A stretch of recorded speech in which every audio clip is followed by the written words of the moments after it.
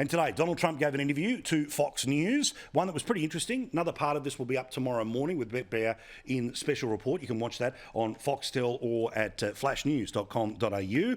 But what about this one, where Bret Baier looked the former president in the eye and listed all of the people who at one point in time he thought were great, who now don't think he should be president ever again.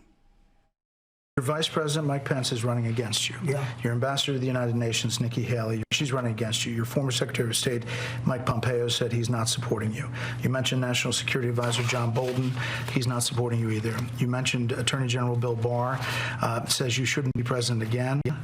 Calls you the consummate narcissist and troubled man. You recently called Barr a gutless pig.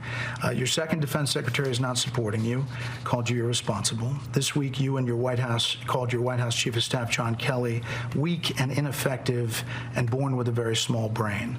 You called your acting White House Chief of Staff, Mick Mulvaney, a born loser.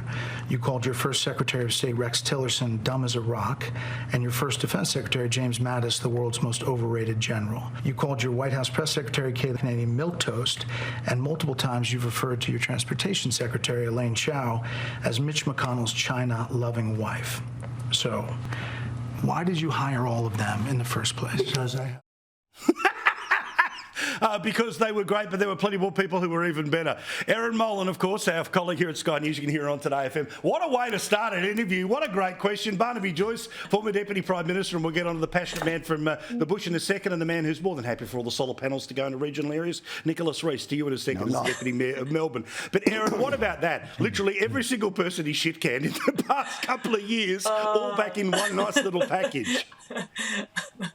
Oh, that is absolutely brilliant. Look, you don't make friends when you're in positions of power, but that is one hell of a list. You know, I think you needed to play his response to that as well, but that's just absolutely brilliant. Our politicians are boring as batshit, Paul. We need to lift. I'm with you. I'm not.